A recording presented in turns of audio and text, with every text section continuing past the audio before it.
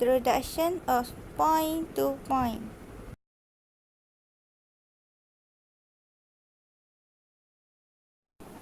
PTP is also sometimes called a positioning system. In PTP, the objective of the machine tool control system is to move the cutting tool to the predefined location. Example of PTP in NC.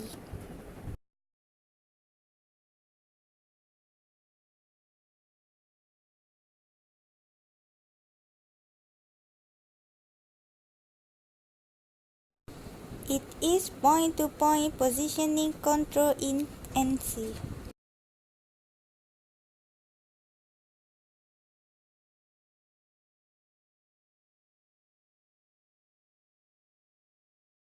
Continuous pass NC systems are commonly used on machines that perform continuous operations, such as milling machine, lathes, and drafting machine.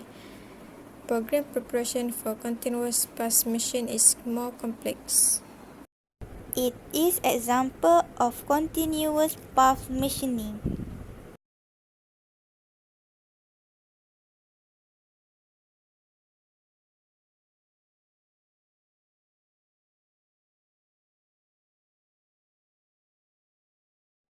Point-to-point machining, CNC control, produce hole, position pads.